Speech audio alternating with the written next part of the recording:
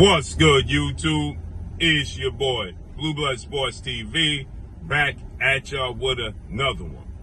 So, now we have great news, as 4-division world champion, superstar boxer, formerly undisputed super middleweight world champion, Saul Canelo Alvarez, now comes around, right? And he says that a fight with Terrence Bud Crawford, the pound-for-pound king, can happen next, right? He's not sure if it's going to happen next, the time frame, but he says it can happen next, and he's coming around and warming up to the idea of actually fighting Terrence Bud Crawford. So he opens the door for that.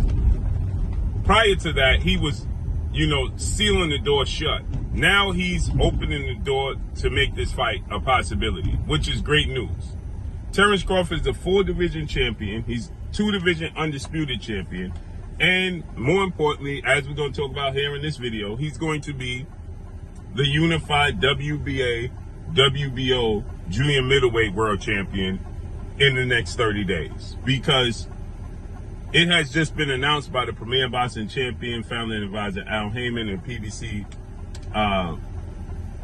spokespeople that we know the towering inferno Sebastian Fundora has been ordered to negotiate a deal with Terrence Crawford in the next 30 days.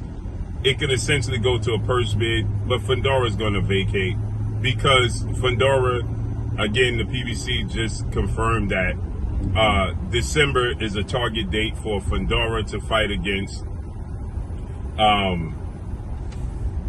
Errol Spence Jr. So Fundora just confirmed that. So if he's going to fight against Errol Spence, and the PBC is targeting in December for this Errol Spence Fundora showdown, then it's abundantly clear that he will not be fighting Terrence Bud Crawford, which means that the World Boxing Organization, better known as WBO, is going to take action, and they're going to strip him, President Mr. Paco. So that means that Terrence Crawford will be the unified junior middleweight champion. Like I said, we know Canelo's going to fight September 14th against Edgar Berlanga. I like Edgar Berlanga, but he's never fought for a world title, so obviously he's never been a world champion. He's never even beaten a former world champion. So many are deeming that, obviously, as a cherry pick. If you're going to fight Edgar Berlanga, how are you going to get credit for fighting Edgar Berlanga solely based off of his size? Because he's done nothing based off of accomplishments. He's never beaten a former world champion. He's never fought, obviously, for a world title, and he's never won a world title. So he's just a big body. So that qualifies him to fight Canelo Alvarez, and Canelo get credit for fighting Edgar Berlanga because he's bigger than Canelo Alvarez, opposed to Terrence Crawford, who is 41 wins, no loss, no draw, 31 wins by way of knockout. He is 4-division champion, undisputed 2-division champion, and now going to be the unified junior middleweight champion because simply they don't want to fight him. So he's the pound-for-pound king. He's undefeated. He has, in his last 12 fights, he has 11 stoppages and knockouts and 1 decision. So, I mean, doesn't that qualify him more?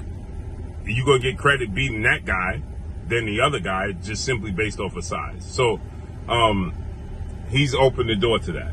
Now, again, I like the idea if Fundora actually comes around and says, you know what, I'm not going to vacate the WBO title.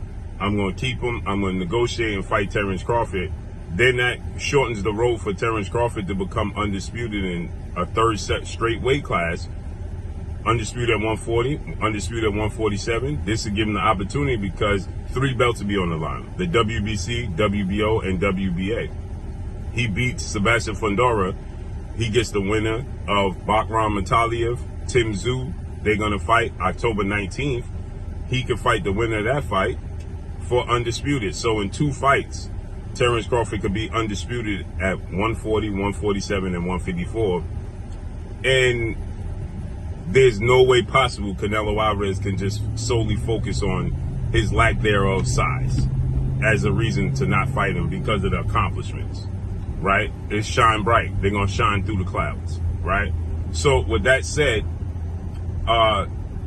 Sebastian Fundora and his team is essentially letting you know they're vacating the belts because they're announcing that he's going to fight Errol Spence in December, or they're targeting December. So that, you know, doing away with, you're essentially eliminating the 30-day notice. So let's see how this unfolds and plays out, man. But that's all I got for y'all. Make sure you hit the like button, drop a comment in the comment section. Let me know what y'all think. Y'all already know what it is. Your boy Blue. Follow me on Instagram at Blue Blood Sports TV. All one word. I'm gone. Peace.